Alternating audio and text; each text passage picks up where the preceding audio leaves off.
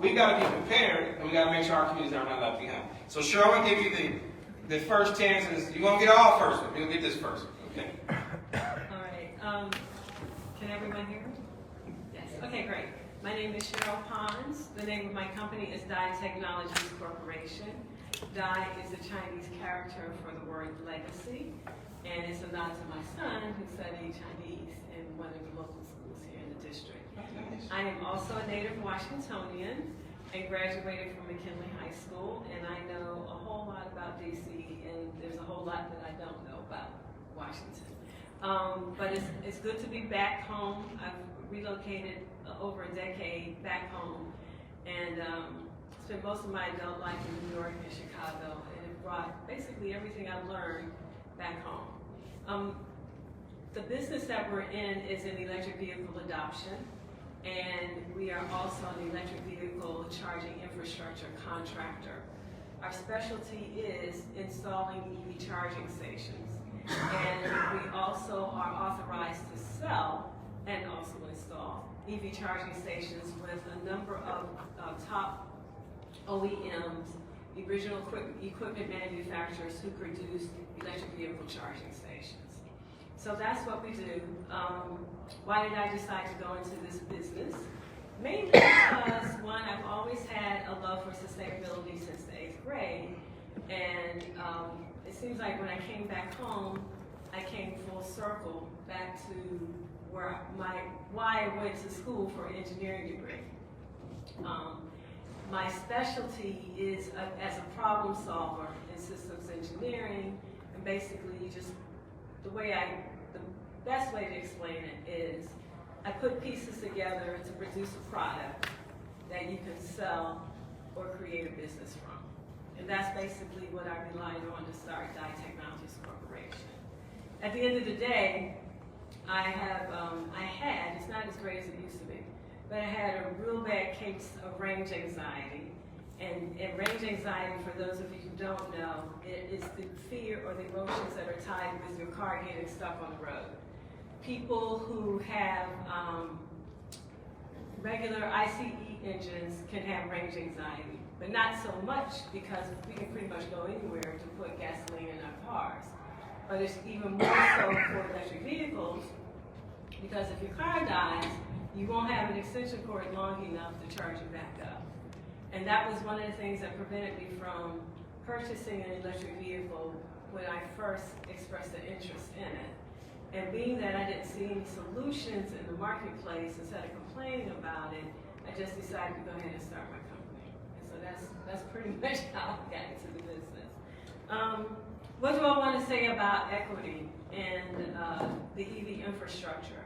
I was just sharing with Terry Travis that if we don't address the inequities around technology in the country, we may see ourselves reliving a movie that's called Out of Time. I don't know if any of you have seen it. Justin Timberlake is the star of that. It is one of my favorite movies. I really don't like movies in that particular genre, but I do like this one. And basically, on one side of town, it's a desert of everything. It's a food desert. It's a broadband desert. It's a technological desert. It's a school desert. It's a everything. It's a housing desert. And then, and all they have to trade is time. And on the other side of town, they have everything. They've got plenty of time. They've got computers, clothes, schools, languages. It's just rich with all sorts of resources. And I don't remember exactly how the folks who were in the desert ended up in that particular situation, but I know that if we don't really start moving forward with addressing the technological deserts that we're facing right now in a way that is aggressive, okay, is meaningful, we're gonna be out of time, just like in the movies. So for the folks who, the way I approach equity is, let's not be consumers, let's be business owners, let's be first movers. I've seen these business cycles a few times. I've lived long enough to see, the tech situation, the gaming, the changes in the film industry. And what I learned is if you move before everyone catches on, there is no one to tell you you can't get in the gate. So that's one of the reasons why I believe Dye Technologies will be here to do the work that we do, and we're here to stay. All right, thank you. Corey, you know, you are fortunate to, you employ some folks. Yeah. You employ a few folks, right? Something like that. And I think, you know, he's going to be one of those national folks, hopefully. You know, I told him when I first met him a few months ago, I see him having, you know, a couple hundred locations around the country, you know. I think you can do that with some hard work. How do we make sure from a business perspective, you know, equity? How do you see, what do you do at your company? And then how do we make sure from a business perspective that communities of color are not just on the bus? I mean, we struggle to get on the bus, but how do we know sure we're not just a consumer on the bus, but the driver of the bus?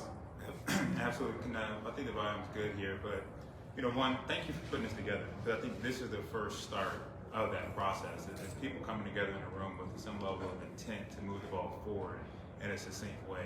My name is Corey Neal, President of K-No Truck and Bus Center. We are a full-service commercial truck and school bus dealership. What does that mean? That means that anything that gets in the way on the road, I sell, right? So dump trucks, semi-trucks, school buses, all that stuff, that's me. I do it really well. And I got a great organization behind me that helps. We are one of the largest minority-owned businesses in the country. We do over $100 million in sales, and we just eclipsed $1 billion in sales. So this is something that we take with full pride.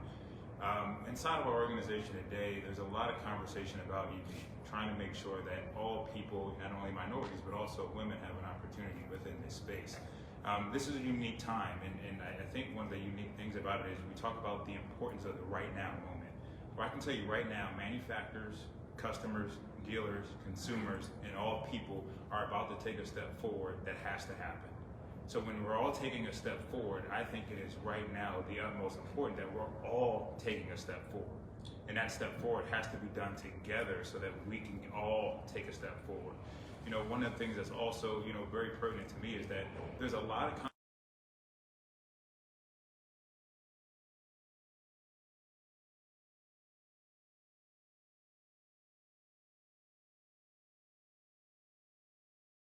we are a serving company. We have people here that serve our customers and our consumer. What I think is important is making sure that we have education and training. There are going to be a lot of great paying jobs that support this, right? And if you even look at my industry today, it is a heavily male-dominated industry. Well, there can be plenty of female electricians and technicians that come into this industry to help us do things, analyze numbers. There's going to be an explosion in this industry. So right now, it is not just chargers, it's not just vehicles, it's not just those things. Now, I do sell vehicles, and if you need one electric school bus, come see me, right? I'm here to sell. But there's also this opportunity right now where we can train this next generation of 7th, 8th, 9th graders in this community so that they don't have to go to college if they don't want to. They can go into a job that's going to pay them great throughout the way. One last thing, is that okay? Yeah. I got on a purple wristband, and anybody here who's Washington, D.C. area, you know, St. John's and Gonzaga has an all-time arch rival. Somebody's out here with a Gonzaga sweatshirt on, and I got a purple wristband on. So this is a tough day for me being a St. John's graduate, but I just had, that was on my heart here. Church, a lot of churches have vehicles, and y'all see a lot of folks.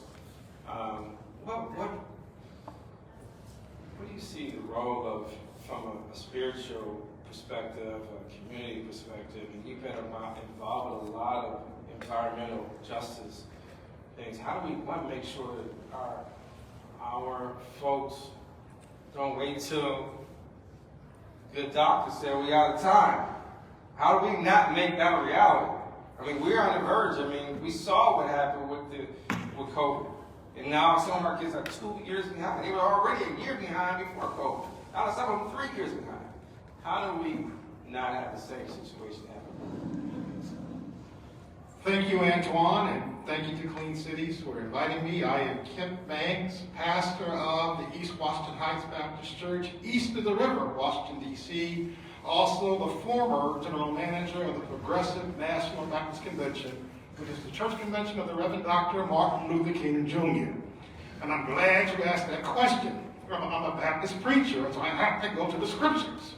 And Matthew 25 says, when I was hungry, did you feed me? When I was naked, did you clothe me? When I was a stranger, did you take me in?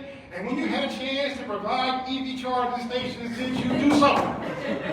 No, it doesn't say that, but it might as well, because it also says, as you've done it to the least of these your brethren, so you've done it to me. And so the question is, what's happening with the people in Southeast Washington, D.C., where my brother is a leader? That is a compelling question, because at the end of the day, the equity question is the issue of our time. Equity affects everything, including COVID-19. Life expectancy for black people has declined 2 years because of inequality. And it also applies also to charging stations. My son is not St. John. He's here now. He's not St. John. He's not Gonzaga. He's the Magna. And right now, as the Magna Junior, he's studying economics. And I'm so happy because he's going to learn that the market doesn't always work. When the market doesn't work, it's called externalities. Pollution, an externality. Poverty, an externality. What do you do when you have those externalities? The government has to play a redistributive role. And so as a faith leader, my job is to advocate with the city, with the state, with the national government to make certain that in Southeast Washington, D.C., we have charging stations. I'm done. But think back to after slavery. Every black American was promised 40 acres and a mule. We never got our 40 acres and a mule. So today everyone needs an EV and a charging station. Say amen. Amen. Amen. Amen.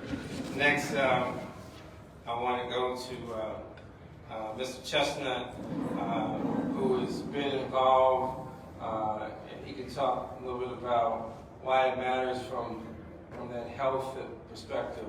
And let folks know I don't want you to go too deep into it, but what an ecologist is and why it matters to this. Yes. Well, good afternoon, everyone. And again, thank you very much for putting this together. These kinds of interactions with the general public are very important. Enough of this doesn't happen as often as it needs to happen. So this, hats off for pulling this together. And I'd like to thank Clean Cities for inviting me to be a part of this exciting panel here. First of all, as I said, my name is Dennis Chestnut. I live in far northeast, Ward 7. Ward 7 used to, at one point, be exclusively on the east side of the river, but now, due to the changes in the ward boundaries now, Ward 7 extends in some communities west of the Anacostia River, near Kingman Park and some of the areas around RFK Stadium. So our geography has changed just a little bit as a result of some of the redistricting and that type of thing. So the question was asked, explain what a civic ecologist is. Well, this brother sitting beside me is actually a civic ecology practitioner, like myself, but probably no one's ever described him as that. And I took a training with a professor out of Cornell University that established a whole division within their school on civic ecology practitioners. And I took that, I worked with that, became what she referred to as a civic ecology practitioner. So ecology means things working together, okay? Simple as that. That's what ecology is. Civic ecology primarily means that all of those civic-related things that take place for a society to run and operate and do all of the things that we do, that's the civic part of it. And so what a civic ecology practitioner does is identifies a problem or a challenge or something that needs to be addressed, in my case, with the community primarily that I live, work, and play in. And the approach to how you address that is where bringing together all of those stakeholders, whether it's from the city, whether it's from business, whether it's from the faith community, whether it's from the schools, all of these stakeholders, you bring these stakeholders together to address that particular issue or challenge or whatever it is. And so the practice of actually doing that is what I engage in on a regular basis. And that's what the practice of civic ecology actually is. There's quite a bit that, I could say, since people were throwing around their graduating high schools back in 1967. I graduated from Calvin Coolidge High School. And it's very interesting tie-in with that in a couple of ways. One, when I went to high school, I still lived in Ward 7. And I had to participate in something called military science was a requirement and for all young males to participate in the city at that time in the schools. So I had to be at school at 8 o'clock in the morning to be in formation. So I had to travel from Minnesota Avenue Northeast to 5th and Tucson Street Northwest. 4 buses, because there was no metro at that time, no subway. And so most of my friends thought that my parents had sent me away to school because they only saw me on the weekend. Because I was out before the sun came up in the morning, and generally when I got back on that side of the city, it was after sunset. Well, that was that experience. And the first time I got a chance to drive, I got my driver's license on my 16th birthday, so I couldn't wait. But that kind of traveling nowadays is costly. If I was a student traveling to school on that side of town, transportation would be costly. And it's very important that this kind of technology is actually brought into the equation at every single level.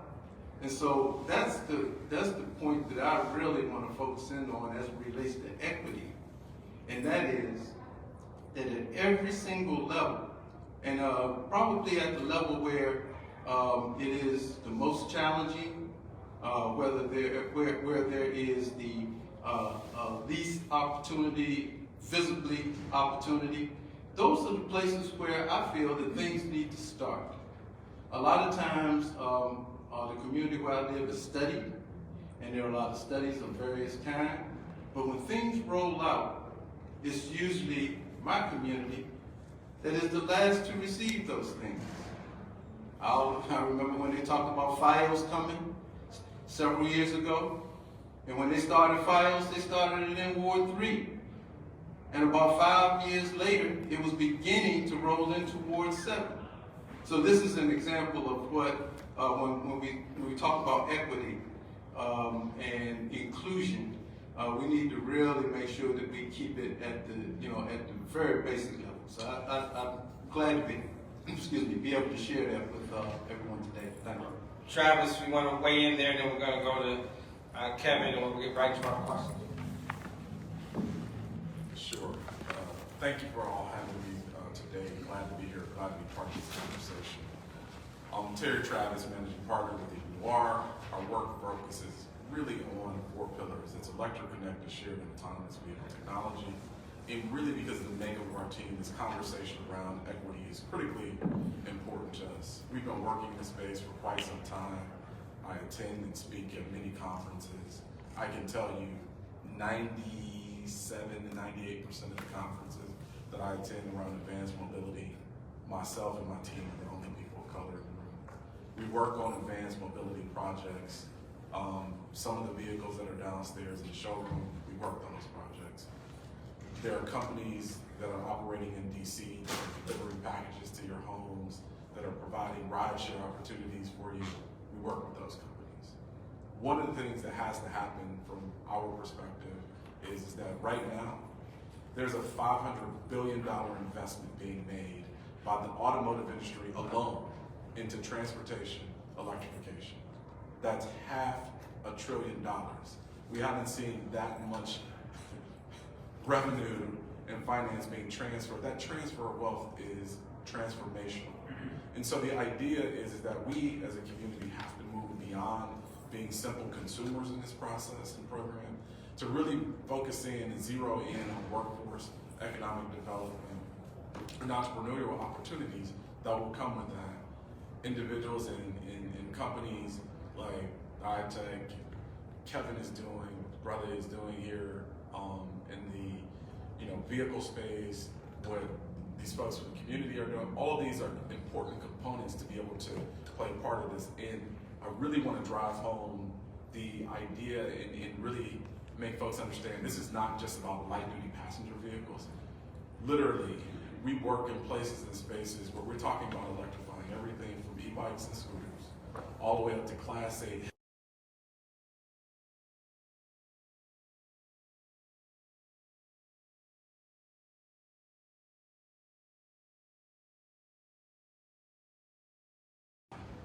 And I think Corey mentioned earlier, this is just the beginning, at least from our organization's perspective.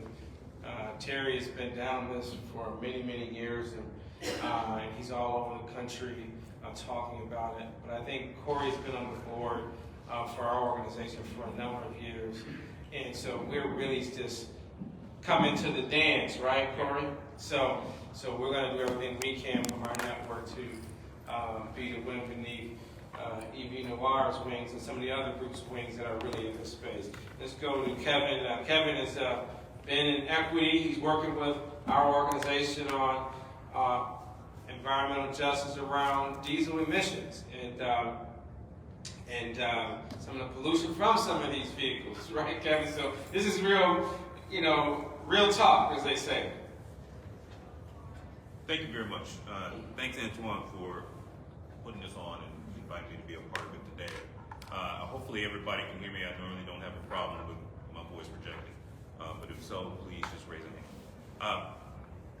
My organizations, I wear two hats. One, I have a small consulting company called Ecology Partners, and I'm also a managing director for a nonprofit called Nature for Justice. In both instances, we're really looking at how we engage communities in this process of the new economy, the new green economy. How do we make certain that communities can take advantage of these opportunities that are emerging around them so that they are not left behind, like the digital divide issues that we had back in the late 90s and the early noughts. We want to make certain that communities can tap into their own power to transform their lives and livelihoods, and so that they are co-designing and co-implementing solutions that address the issues in their lives. So I'm looking across a number of different platforms, whether it's renewable energy, looking at solar and wind, whether we're talking about transportation, whether we're talking about where the communities are located, communities that are further inland, communities along the coastline, and the impacts on those communities. There are a lot of things that are different within those communities. Every community is unique. They have their own sets of problems. But I think there's also some commonalities around them. And one of it is that the opportunities are there. Everybody on this panel has already talked about the opportunity the economic opportunity that emerges from this. When we talk about equity, I define equity as access. Equity and justice are both functions of access. Access to the decision-making and the power structures in a society that are impacting your everyday life, and access to the benefits, the resources, and the opportunities that emerge from those decision-making processes. We have to, I think there are other ways, there's certainly other terms that you can use when you're describing equity. You can talk about fairness, you can talk about representation. Ultimately, I believe that we are talking about access, and what we want to do through the work that is emerging here. Antoine talked about some of the work that Greater Washington Region Clean Cities Coalition is involved in around not only some of the work on looking at diesel emissions, but there's also work that you're doing with the Mid-Atlantic Electrification Partnership, looking at placing chargers equitably throughout the DC region. As we look at these different projects that are underway, how do we make certain that we are creating just and equitable means for distributing these resources, creating access to these resources, benefits, and opportunities, and how we make certain that communities are deeply engaged in the design of these programs and the implementation of them.